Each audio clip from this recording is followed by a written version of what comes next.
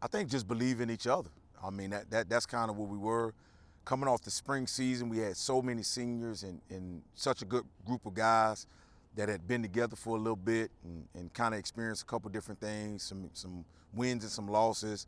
So we kind of pushed ourselves to that point where, you could play all the way into the state championship game, even through the adversity that we had. I think at this point in time, man, the group of guys that we have just had to learn to trust each other and follow the system, right? The system that we put in place and understand the culture and just kind of be mature as this process is going through.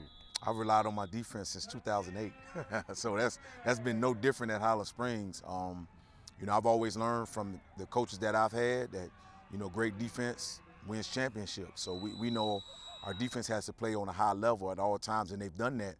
I mean, over the last, we're I guess 20 plus games into the calendar year right now, and that's a lot of football games, but our defense is held steady, and Coach Simmons and the defensive staff have done a phenomenal job.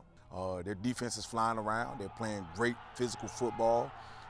They're running the ball on the offense side of the ball, and they did those same things when I first got here with Patrick Kane, and I'm pretty sure they did it when he was playing football as well. So there's not a lot changed on that. You're talking about a tough football kid that comes from Hermitage High School, and a kid that's going to fight to the very end, and we know that that's the case with this group.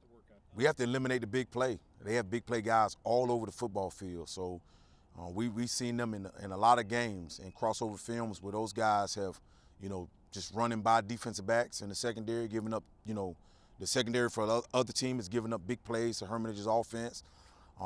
We've seen number 4 run the ball down people's throats. We've seen number 3, the quarterback, scramble around and throw the ball deep for touchdowns. So we have to eliminate the big play, and on the offense side of the ball, we just have to be as sound as we possibly can up front on the offensive line and with our running game and our passing game, giving ourselves an opportunity to churn out, some big plays as the game goes on and kind of control the clock.